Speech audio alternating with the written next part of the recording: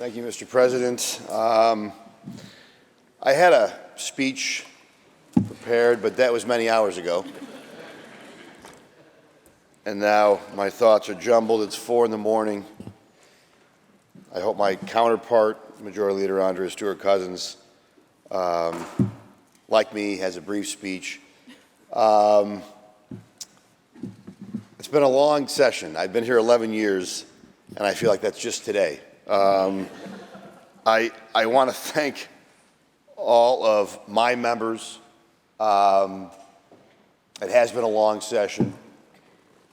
It was a 40-day late budget. It's been a long day today, a lot of bills. I appreciate all of your efforts, not on behalf of me, on behalf of yourselves, but on behalf of your constituents and the people you represent, and even the people you don't.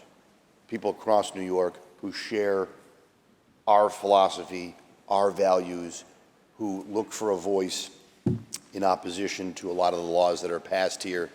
It is an honor to lead you. It is an honor to represent you. It is an honor to serve alongside you.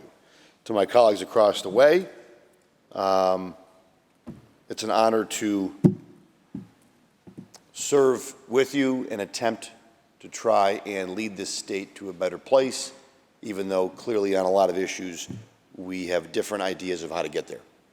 I want to thank my colleague, my deputy, my floor leader, Senator Andrew Lanza, who does a great job.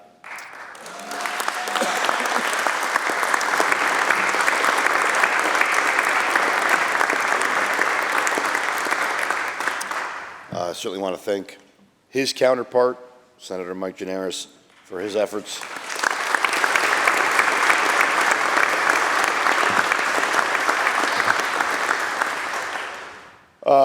The staff, I want to thank my staff, Ben Kaczynski, our chief counsel, Chandler, Ryan, all the staff, especially this time of year with bills popping at all different times, and sometimes not a lot of time to dig into those bills and brief those bills, and yet they have to do it, and that's on both sides of the aisle.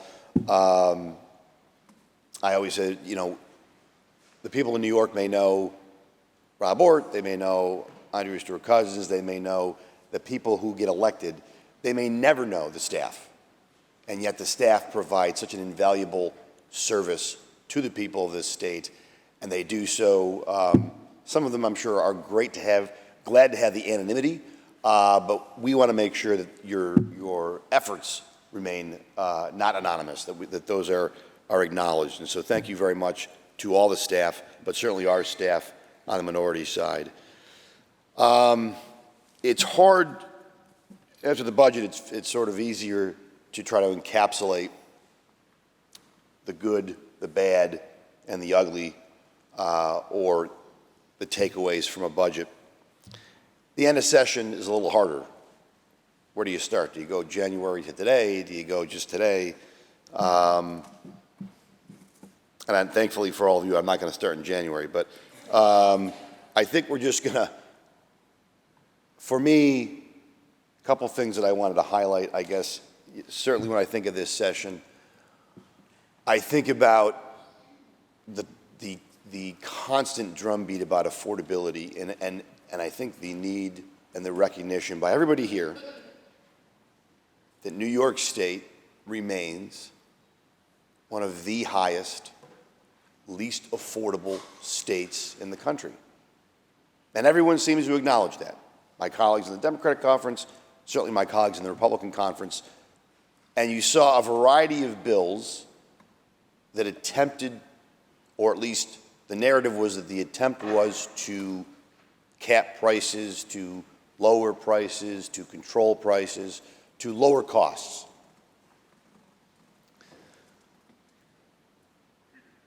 But yet, my overarching takeaway is that we did very little to lower costs, and I worry that we continue to do things and double down on policies that are one of the core reasons why New York State is one of the more expensive states. To wit, one of the big topics when we talk about affordability this session seemed to be energy policy, right? The cost to heat a home, the cost to put gas in a car. And the energy policy in this state is one that is undergoing a lot of changes as a result of policies passed by the majority. And I heard a debate, several debates, about how the reason costs are so high in New York is because we're not doing enough to transition to renewable energy. That was almost the exact quote. We're not doing enough. And if we do more, if we get past the upfront cost, we'll get to a spot where apparently, costs will go down. But I want to highlight a statistic. So when we talk about energy prices, a lot of my colleagues across the aisle will say the reason energy prices are so high in New York, and we did a lot of legislation in this conference, in this session, was because of the greedy utility companies, right? And look, that's smart politics. No one likes the utility company. That they send you a bill, right? That's bad off the bat. Just like the banks. No one likes the bank, even though we keep our money there. No one likes the bank. Hospitals, no one likes. There's certain entities out there that are easy to attack, and it's good politics to attack it. That's the reality, and that's why almost everybody kind of does. So the utility companies, greedy utility companies, they are making money at the expense of ratepayers, and that's why our energy costs are so high, and that's why we have to do something about these greedy utility companies and control prices. Now, consider this. I suspect that in the state of Pennsylvania, a neighboring state to New York, very similar climate, I'm willing to bet that they also have greedy utility companies. They have the same motivation to make money as the utility companies here in New York. In fact, some of those utility companies are exactly the same utility companies. It's the same company that is providing power, and they have the same drive to make money. And yet, the cost of residential electric rates in the state of Pennsylvania are 40% lower than here in New York. 40% lower. So what could be the difference? If we agree that the utility companies are the same, what's the difference? The difference are the policies, and the people who run the state of Pennsylvania have a very different energy policy than the people who run the state of New York. We, folks, are the difference. We are driving the energy prices up with policies that come out of Albany, policies that are passed in this chamber. That's the difference. You don't have to like the energy companies. You don't have to like the utility companies. But we and our policies and our actions are making it more expensive to deliver power and for people to afford something as basic as heating your home. And that is why people and businesses seek opportunity elsewhere. Because the cost of energy, something none of us can escape, is cheaper in other states.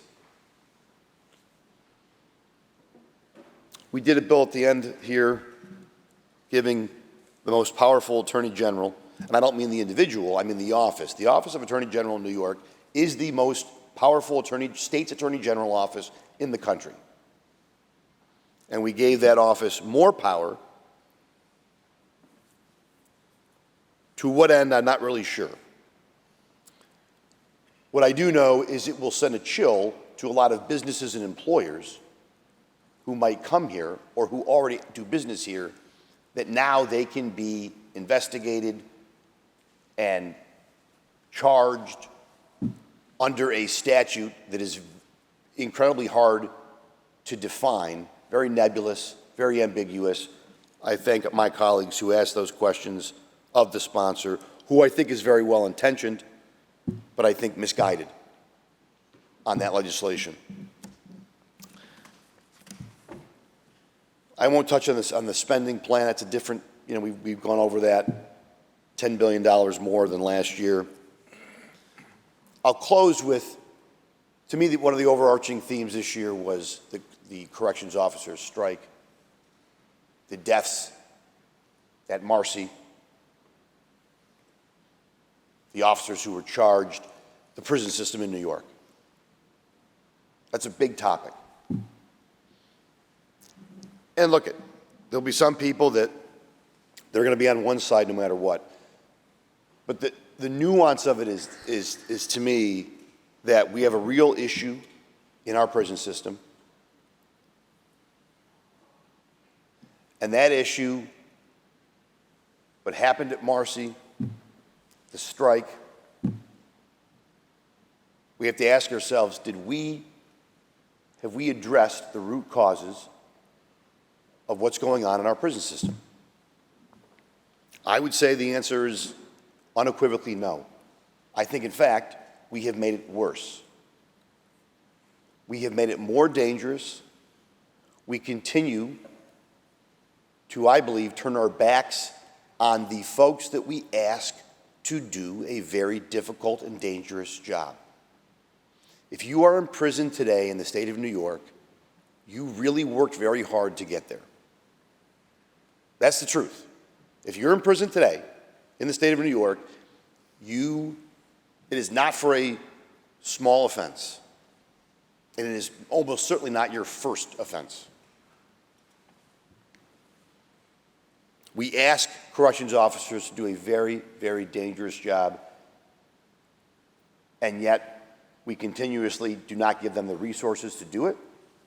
We are far more focused on prisoners being close to their families than we are on corrections officers being able to see their families.